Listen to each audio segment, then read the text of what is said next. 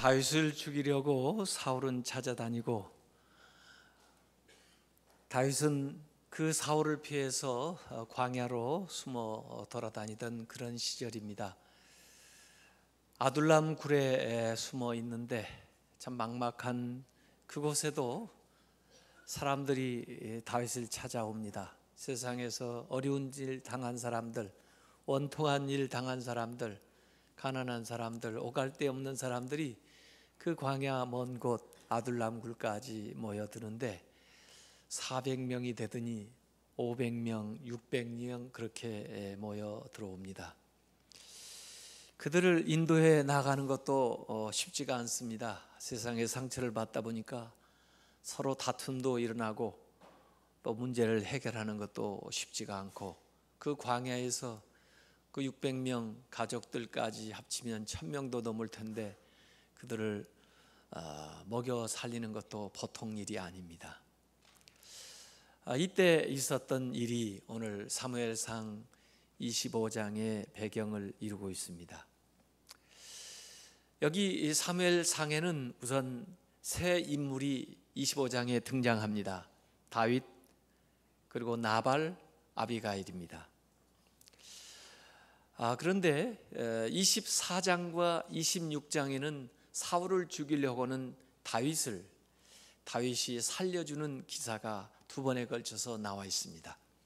그래서 24장과 26장 가운데 있는 사무엘상 25장은 마치 그 샌드위치 구조로 되어 있습니다. 그런데 사무엘상 25장을 시작할 때 거기에 그 사무엘이 등장합니다. 사무엘이 죽었다라고 나옵니다. 사무엘이 누굽니까? 사무엘은 다윗의 멘토가 되는 사람입니다. 다윗에게 기름을 부었던 사람이고 다윗의 정신적인 지주 역할을 했던 사람이 사무엘인데, 어려운 시기에 다윗도 지금 도망다니고 있는데 사울이 죽었어요. 아마 장례식에도 못 갔는지 몰라요. 이런 때에 있었던 일들입니다. 그런데 이 사무엘상 25장을 가만히 읽어보면 사무엘은 죽어서 다윗에게서 떠난 것 같지만 사실 사무엘 대신 보내는 사람이 있습니다. 그 사람이 아비가일입니다. 아비가일도 스스로 자기가 그 역할을 한다고 생각도 못했을 거고, 다윗도 처음에는 그 여인이 그런 사람이 될 것이라고 생각도 못했을 겁니다. 그러나 성경을 읽어보면 이 아비가일이 사무엘 대신 다윗에게 선지자 역할을 하고 있고, 그리고 다윗이 알지 못하는 것들을 일깨워주고 있고, 결국 그 다윗이 필요한 지혜들을 공급하는 역할을 여기 하는 것을 보면은 사무엘이 죽었다는 기사와 여기에 나오는 아비가일이 등장하는 이야기가 우연은 아니다 하는 생각을 갖게 만듭니다. 더구나 여기에 나오는 나발은 다름 아니라 사울 같은 사람입니다. 그래서 이 나발을 다윗도 사울에 대한 그 원한 분풀이로 나발을 죽이려고까지 생각을 했지만은 결국 이 아비가일의 그 지혜를 통해서 나중에 깨닫고 그 나발을 살려주게 되는데, 다윗이 나발을 죽이지 않았어도 그 나발은 스스로 죽게 되는 최후를 맞이하게 되는 기사가 25장에 나오면서 아마 다윗은 사울에 대한 확신도 얻게 됐을 거예요. 내가 그 사람을 대적해서 죽이지 않아도, 내가 그를 살려줘도 하나님이 하나님의 때에 나발처럼 다윗도 그렇게 해결할 거라고 하는 이 확신이 있었기 때문에 아마 이 나발 사건에서 힘을 얻어서 다시 사무엘상 26장에 사울을 죽일 수 있는 기회가 있었음에도 불구하고 놓아주게 되는 이런 사건들이 바로 이 사무엘상 25장에 나와 있는 이야기들입니다. 그래서 24장, 25장, 6절, 26장에 다윗을 죽이려고 하는 것에 대해서 다윗은 살려주고 살려주고 또 살려주면서 결국 최종적인 승리를 얻게 되는 이 이야기가 오늘 본문에 나와 있습니다.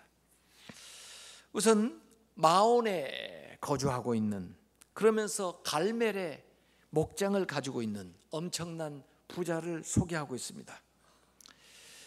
부하게 사는 자입니다. 나중에 잔치를 하는 것도 보니까 왕의 잔치를 배설하고 먹고 사는 자입니다. 그래서 이 사람이 심히 부하여 양이 3,000마리에다가 염소가 1,000마리다라고 이렇게 사무엘이 죽은 기사 다음 2절에 재산 소유에 대해서 얘기를 하고 있어요. 그리고 그게 누군가 했더니 이름이 다음에 나오는데 나발입니다. 그래서 사실 이 사람은 이름보다도 가진 것으로 더 유명한 사람이에요. 존재보다도 소유를 드러내는 인생이에요. 그런데 이 나발이라고 하는 이름의 뜻은 히브리어로 어리석은 자라는 뜻입니다. 이 사람이 갈멜의 후손이니까, 갈렙의 후손이니까 명문 가문의 아들인데, 더구나 부잣집 아들인데, 부모가 이름을 이렇게 어리석은 자라고 붙일 리는 없습니다. 다만 그 사람이 살아가는 모습이 다른 사람들에게 그렇게 비쳤기 때문에 별명이었을 확률이 많고, 아마 죽고 나서 사람들이 이 일생을 회고하면서 어리석은 자 나발이라고 이름을 붙였을 가능성이 더 많죠. 어리석은 부자입니다. 이 어리석은 부자는 사실 신약에도 나오죠. 누가복음 12장 20절에 나옵니다. 농사가 잘 돼서 곶감마다 더 크게 짓고 양식을 다 채워놨는데 자기 스스로 자기 영혼에게 얘기합니다. 야, 몇 해 먹을 거 쌓아놨는데 뭐이 걱정이냐? 내 영혼아, 먹고 마시고 즐거워하자. 그때 하나님이 그에게 하는 말씀입니다. 이 어리석은 자야, 내가 오늘 네 영혼을 데려갈 텐데 이 많은 것이 네 것이 되겠느냐 하시면서 자기를 위해서는 재물을 쌓아두고 하나님에 대하여 부여하지 못한 자가 바로 이와 같다 하는 말씀을 예수님께서 해 주셨습니다. 이런 남편의 반면에 부인은 아비가일, 여기 성경에 총명하고 아름다운 여인이다 했고, 이 아비가일이라는 이름의 뜻은 나의 아버지는 기뻐하신다, 나 때문에 우리 아버지가 기뻐하신다, 나 때문에 하나님이 기뻐하신다, 이게 아비가일이에요. 이것도 원래 본명이라기보다 아마 그 여인의 삶 때문에 이렇게 이름이 불려지지 않았을까, 이런 추정을 하게 됩니다. 어쨌든 다윗은 광야에 살면서 나발의 목장을 지켜주는 울타리와 같은 역할을 했습니다. 그래서 어떤 도적이나 또 어떤 맹수나 이런 것들이 나발의 소유에 침범하지 못하도록 아마 담장 같은 역할을 했을 텐데, 그곳에 이제 기쁜 날, 좋은 날, 수확의 날이 돌아왔습니다. 그래서 양털을 깎고 잔치를 벌리고 그 다음에 큰 수확이 나기 때문에 손님들도 오게 될 거고, 그때는 어렵고 가난한 사람에도 선행을 베푸는 것이 그 당시의 미덕인데, 다윗이 자기의 소년 중에 10명을 그 나발에게 보냈습니다. 나발에게 보내면서 전가를 보내는데 처음에 뭐라고 나발에게 얘기하냐면 3중 축복을 합니다. 샬롬, 샬롬, 샬롬, 복을 빌어주는 거예요. 그래서 사무엘상 25장 6절에 보니 다윗이 나발에게 그렇게 전가를 보낸 겁니다. 너는 평강하라, 샬롬. 너의 집도 평강하라, 샬롬. 너의 소유와 모든 것도 평강하라.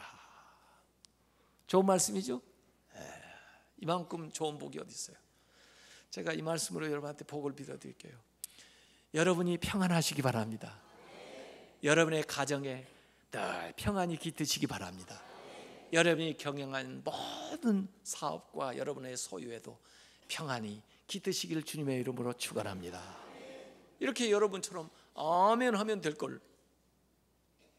이 나발은 말이에요, 그렇게 자기를 복을 빌어주는데도 아멘을 안 해요. 이 축복을 빌어준 다음에 메시지를 다윗이 보낸 게 뭐냐면은, 내 소년들이 당신에게 은혜를 얻게 하라. 우리가 좋은 날에 왔은즉 너의 손에 있는 대로 뭐 얼마든지 괜찮다 이거예요. 너의 종들과 내 아들 다윗에게 주기를 원하노라 그랬어요.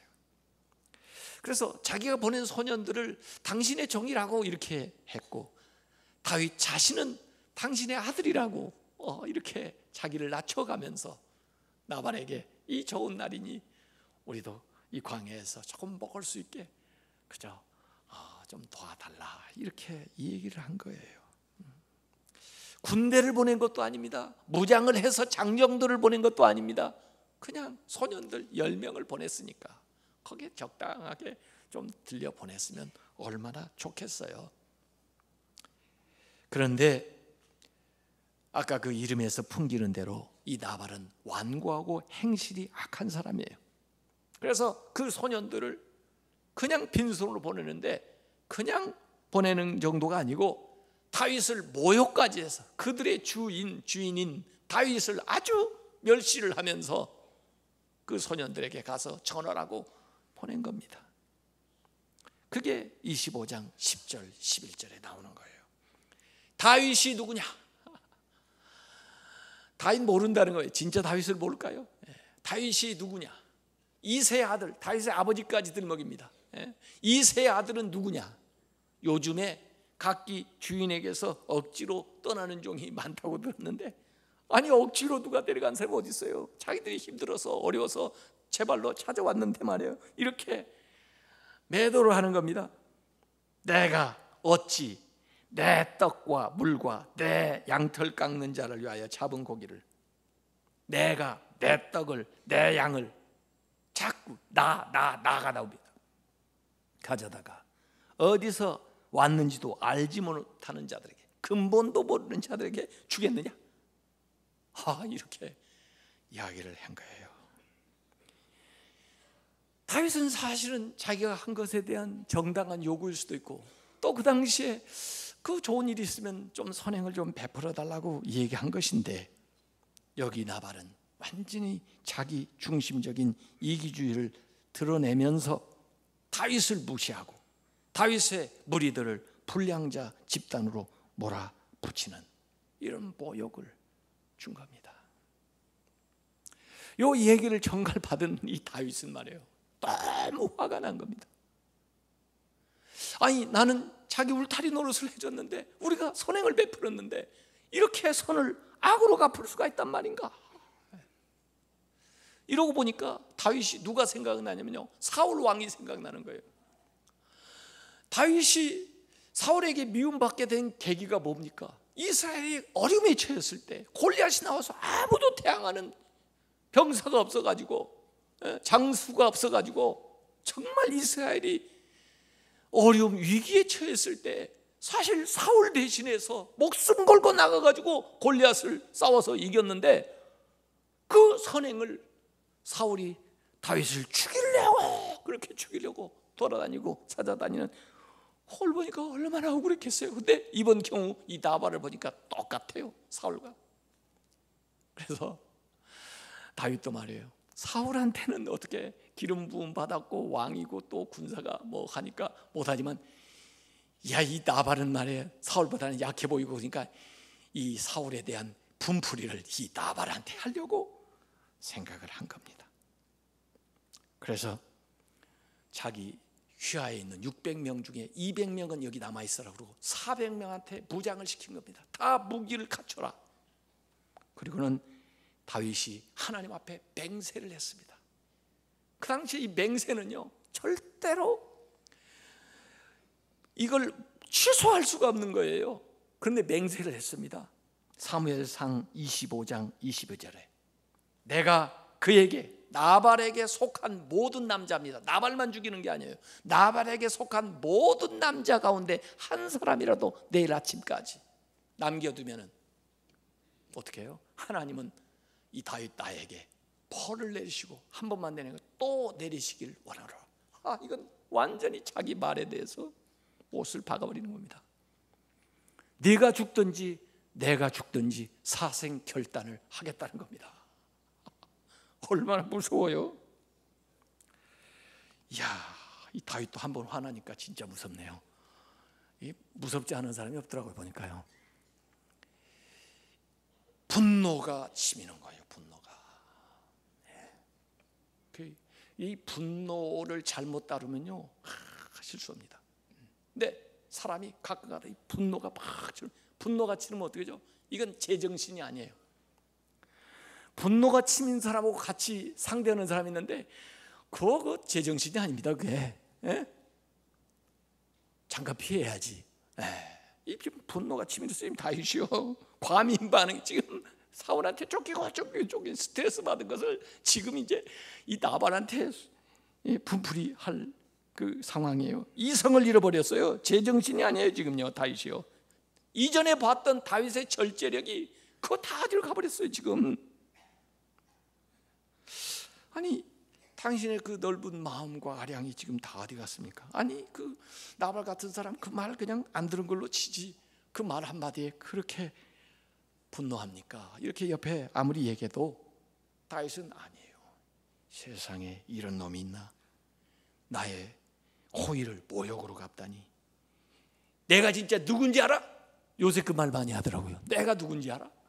자기가 누군데? 이런 녀석은 따끔한 맛을 보여줘야 돼. 나를 우습게 보면 혼난다는 걸 이번 기회에 만천하에 내가 좀 한번 보여주랴, 아마 이런 생각을 했는지 몰라요. 가지고 군대를 이끌고 쳐들어오는 겁니다. 야, 그동안 다윗이 광야 생활하면서 수양을 쌓고 그동안 이렇게 훈련 받았는데 한순간에 그게 그냥 숲으로 돌아갈 아주 위급한 상황에, 그렇지만 누가 이걸 말리겠어요? 지금 불같은 어떤 참모도 어떤 부하도 거기 다윗의 그 분노 앞에는 아무 말도 못하고 뒤에 서서 따라오는 겁니다. 이 급박한 상황에 나발의 아내가 이 한 소년에게 이 상황을 전갈받게 되는 거죠. 이 소년은 나발한테 가서 얘기를 하지 않고 말이 안 통하니까 아비가일한테 얘기를 합니다. 큰일 났습니다 지금. 사실 그 다윗이 우리 저기 목축할 때 도움 많이 줬는데 그 소년들 와서 뭐 좀 달라고 그러는데 그 당신 그 남편 나발이 그냥 모욕감을 줘가지고 보내가지고 지금 400명의 군사를 이끌고 다윗이 쳐들어오고 있습니다. 이 아비가일도 자기 남편과 같아 얘기를 하지 않고 먼저 조치를 한 건 뭐냐면은 우선 급히 잔치 음식 있는 대로 다 모아가지고 그 다음에 먼저 1차로 보내는 겁니다. 케이터링 서비스를 하는 거죠. 요새로 말하면 가지고 가는 거예요. 뭐냐고 물어보면 당신들 드시라고 지금 여기 아비가일이 보낸 거라 이제 뭐 그렇게 얘기를 하고 갔겠죠. 거기 메뉴 명단이 나옵니다.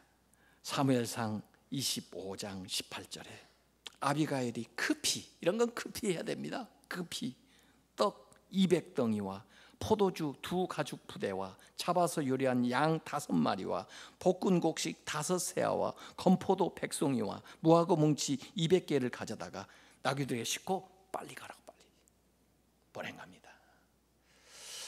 누가 생각나요? 야곱이 생각납니다. 예수 앞에 뇌물, 선물인지 뇌물인지 하여간 보낸 거. 먼저 가서 일단은 배고픈 사람들이요, 좀 배고픈 걸 조금 이렇게 진정시켜야지, 그러지 않으면 그냥 더 짜증내는 거거든요. 그 보내. 그래서 잠언 21장 14절에는 그런 말씀 나옵니다. 은밀한 선물은 노를 쉬게 하고 품 안의 뇌물은 맹렬한 분을 그치게 하느니라, 이런 말씀이 나오네요. 이건 처세예요, 처세. 어쨌든 그리고 이게 뭐야, 무슨 일이 일어나는 거야 이러고 다윗이 그래도 앞으로 하고 나왔을 텐데 한 여자가 와서 말에서 내리더니 다 엎드려서 절을 하는 거죠. 당신 뭐야? 길 비켜. 그런데 얘기하는 겁니다. 제가 그 아비가일이 얘기한 거 길기 때문에 제가 이렇게 요약해서 번역을 해봤어요. 부디 간청하오니 참으십시오. 제가 대신 사과드립니다. 미련하고 불량한 나발하고 상대하지 마십시오. 그가 미련한 짓을 했습니다. 사람도 몰라보고. 저는 당신이 보낸 사람들 보지도 못했습니다. 다 제 불찰입니다. 부디 나발 같은 자는 되지 마십시오. 당신이 누구라는 사실 한시도 잊지 마십시오. 당신은 이스라엘을 세우실 분입니다. 지금 하는 것은 하나님의 부름을 받은 분이 할 행동이 아닙니다. 나발의 악행은 하나님이 친히 갚으실 터이니 당신은 더 큰 하나님의 싸움을 싸우십시오. 개인적인 원한을 갚는데 당신의 힘을 이렇게 허비하지 마십시오. 나중에 슬퍼할 일, 후회할 일을 하지 않는 것이 좋습니다. 이렇게 하시면 사람들의 여론도 안 좋아집니다. 하나님은 당신을 위해서 든든한 집을 세우실 것입니다. 당신은 하나님의 생명싸개 속에 쌓여 있고 대적들은 물매로 던지듯이 하나님께서 던져버릴 겁니다. 이렇게 얘기하는 거예요. 그런데 여러분, 이 아비가일이 한 얘기를 잘 읽어보세요. 여기에요, 내 주여라고 다윗을 호칭하는데 6번을 그렇게 호칭을 합니다. 그리고 자기 자신을 당신의 여종이라고 6번을 호칭하고요, 그 다음에 다윗을 내 주여라고 28번을 얘기합니다. 그래서 토탈 34번을 얘기하는 겁니다. 뭘 하는 거예요 지금? 당신은 내 주고 나는 당신의 여종입니다. 지금 뭘 하는 거예요? 다윗을 높여주는 거예요. 존중해 주는 거예요. 지금 다윗이 왜 화가 났습니까? 뭘 못 먹어서 화났습니까? 자존심 상한 거거든요. 자기 무시당했다는 거거든요. 지금 존중받지 못했다는 거고요. 나를 불량자로 취급을 해? 이게 화가 난 거거든요 지금 다윗이요. 그렇기 때문에 이 아비가일은 계속 다윗을 높여주는 거예요. 당신 잘났습니다. 당신 대단합니다. 당신은 훌륭한 사람입니다. 저런 사람하고 상대할 사람이 아닙니다. 계속 높여주는 거예요. 34번을 내 주여, 당신은, 나는 당신의 여종, 이러면서 그 사람을 존중하고 그 사람의 마음을 동감을 해주고, 정말 당신 이해가 됩니다. 그 사람 이름이 뭔지 아세요? 어리석은 자입니다. 나발입니다. 나발. 공감을 해준 거예요. 공감을 해줘요. 그 다음에 앞으로 다윗이 할 일들을 얘기합니다. 이것만 보지 마세요. 더 좀 시야를 튀어가지고 앞으로 앞날을 내다보세요. 당신이 누군지 아세요? 이스라엘 구할 사람이에요. 나라를 세울 사람이에요. 그 일을 지금 하고 계시는데 하나님이 그 계획을 하시고 당신을 불렀는데 당신이 여기에다가 힘을 쓸 거예요? 여기 이걸로 끝 하실 거예요? 당신이 물론 이기죠. 당신이 물론 죽일 수 있죠. 그러면 그 후에는 어떡할 거예요? 더 넓은 미래의 시점에서, 아니 하나님의 안목에서 보게 만듭니다. 지금까지 다윗은 나오면서 너 나발이 자기에게 한 일 때문에 하나님이 안 보여요. 나발만 보여요. 이놈을 어떻게 해? 이러고 나오는 거예요. 그런데 지금 이 아비가일은 하나님을 상기시켜 주는 거예요. 하나님이 당신을 지금까지 생명싸개로 돌봐주시고 하나님이 당신과 함께 하시고 당신이 지금 하나님의 싸움을 싸우고 있고 하나님이 당신을 세우실 텐데 하나님은 안 보이십니까? 나발만 보이십니까? 그래서 이 관계가요, 다윗, 나발, 아비가일의 관계를 아비가일이 어떻게 만들겠냐면 다윗, 하나님, 아비가일의 관계로 바꿔놓는 거예요. 그 시야가, 안목이 달라지는 거죠. 더구나 정말 이 여자의 탁월한 것은 물매라는 언급을 하고 있습니다. 25장 29절에 물매를 던지듯이 하나님이 그들을 던져버릴 겁니다. 물매가 어디에서 나온 거예요? 다윗이 골리앗을 죽일 때 나왔던 게 물매예요. 그걸 얘기한다는 것은 다윗의 옛날 그 일을 칭찬하는 일이기도 하고 하나님이 인정하는 일이기도 하고 다시 상기하는 얘기예요. 다윗에 대해서 잘 알고 있다는 얘기죠. 그러니까 그 여인의 말에 진정성이 믿어지고 그때부터 이 여인은 자기 남편만 살리려고 나온 여인이 아니라 진짜 내 명성을 보호하고 내가 이 일 실수함으로써 앞으로 입게 될 엄청난 것들을 보호해 주기 위해서 나를 위해서도 나온 여인이라는 깨달음이 다윗에게 오게 되는 겁니다. 그래서 그 불같은 분노를 가라앉히고 오히려 하나님을 찬양하면서 그 여인을 축복하면서 자기가 맹세했던 것을 철회하는 겁니다. 저는 이것도 다윗이 위대하다고 봐요. 그 여인의 말을 귀담아 들을 줄 알았고 그 다음에 자기가 맹세까지 한 것을 철회해요. 어리석은 맹세는 철회를 해야지 어리석은 맹세를 지키면 더 어리석어지는 겁니다. 그런 사람이 있어요. 성경에 입다. 어리석은 서약을 했는데 거기서 어리석은 데인데 그걸 또 더 지키면서 더 나빠지는 거죠. 그래서 오늘 25장 32절 33절에 오늘 너를 보내어 나를 영접하게 하신 이스라엘 하나님 여호와를 찬송할지로다. 또 너의 지혜를 칭찬할지며 또 너에게 복이 있을지어다. 오늘 내가 피를 흘릴 것과 친히 복수하는 것을 네가 막았느니라. 여기 다윗이 일시적으로 자제력을 잃었지만은 잘못했으면 살인자가 되고 약탈자가 되었을 거예요. 왕이 되어서도 두고 그 오명은 따라 붙었을 거예요. 자존심과 복수심 때문에 순간적으로 흐려졌던 그 다윗의 본래 정체성을 확인시켜주고 회복할 수 있는 기회를 준 거죠. 아비갈이 아니었다면 다윗도 나발 같은 똑같은 인간이 되고 말았을 거예요. 그렇기 때문에 이 아비가일은 다윗에게 있어서 사무엘 같은 역할, 여선지자와 같은 역할을 한다. 음식만 준 게 아니고 그 마음, 상처받은 마음을 위로하고 만져주고 그리고 영적으로도 하나님을 보고 새롭게 일어설 수 있는 그런 마음을 준 거죠. 아비가일은 누가 내 편이냐 이게 문제가 아니고 누가 옳으냐를 생각하는 거예요. 그리고 행동한 거예요. 아비가일은 일방적으로 자기 남편이라고 편을 들거나 변호하지도 않았어요. 그렇다고 다윗이 군대를 이끌고 왔다고 해서 거기 위세에 눌려가지고 무조건 다윗을 옹호하고 아부한 것도 아니에요.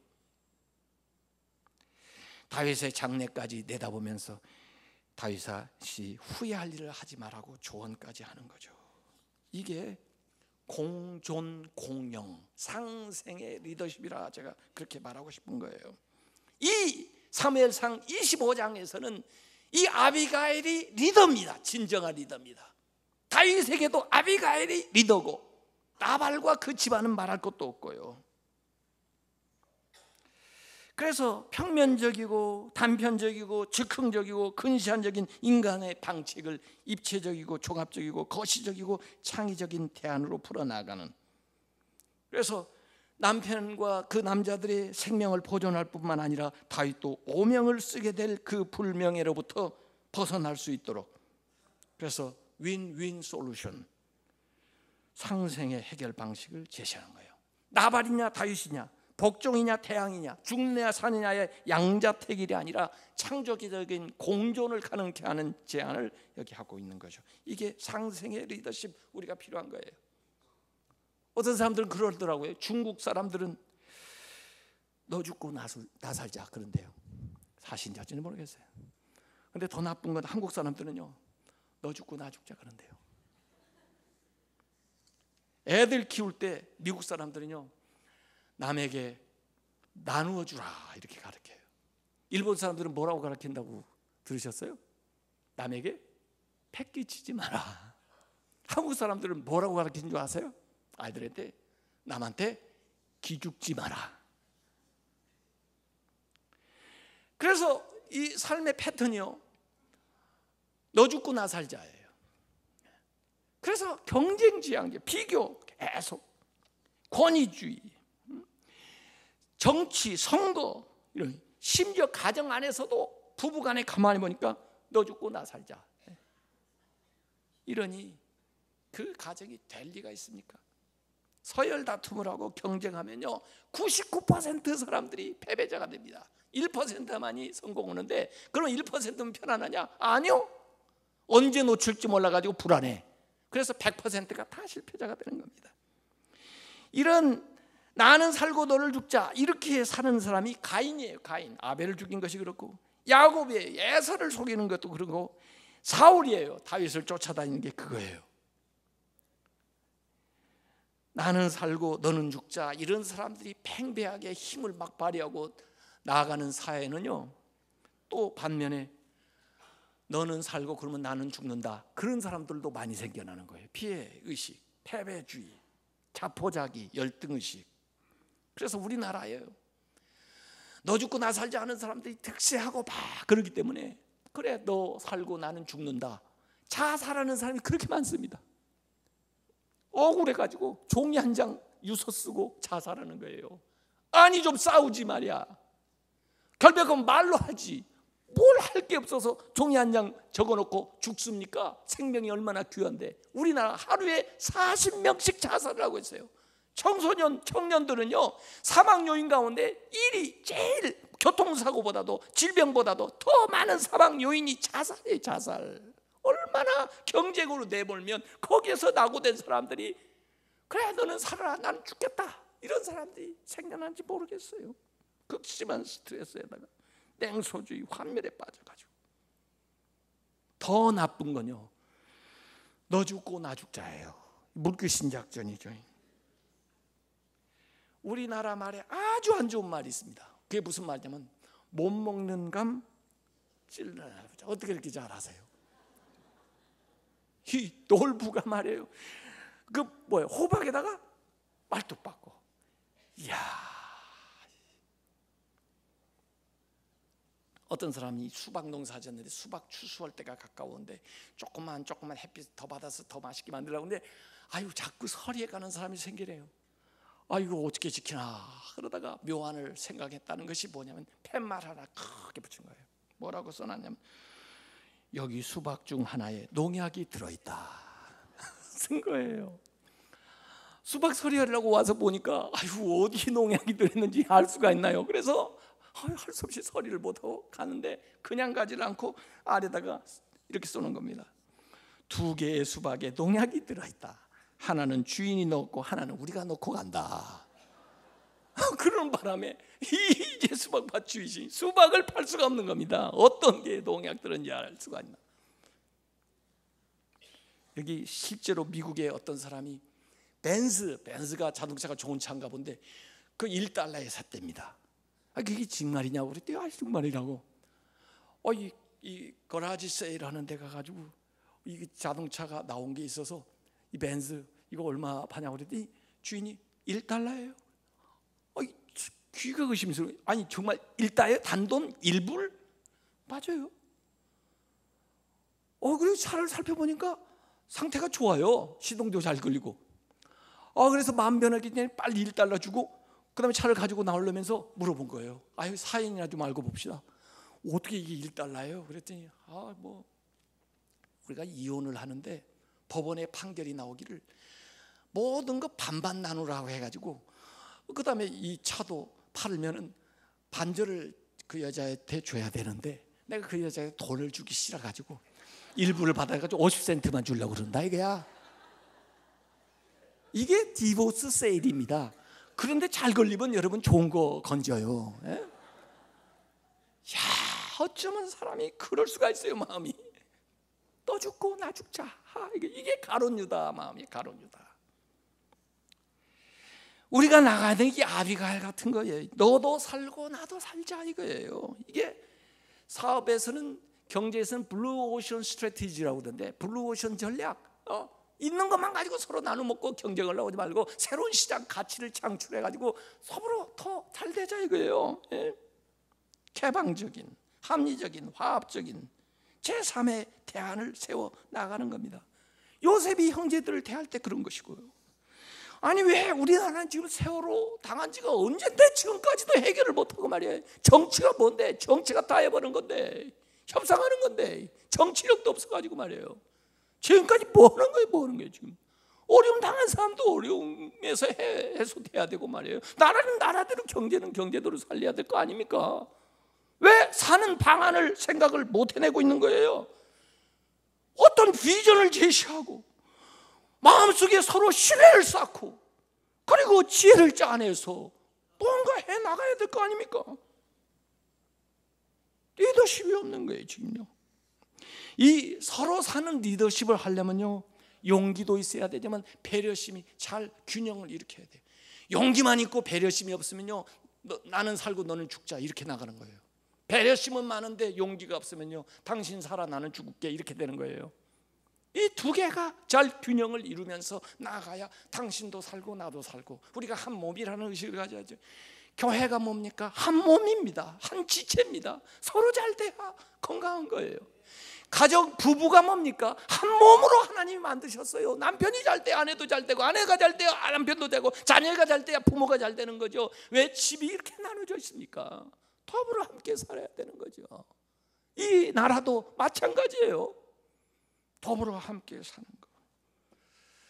우리가 이 상생의 리더십을 가지고 이 땅을 새롭게 변화시키면서 하나님의 뜻을 실천해 나가는 귀한 지도자들이 되시길 주님의 이름으로 축원합니다.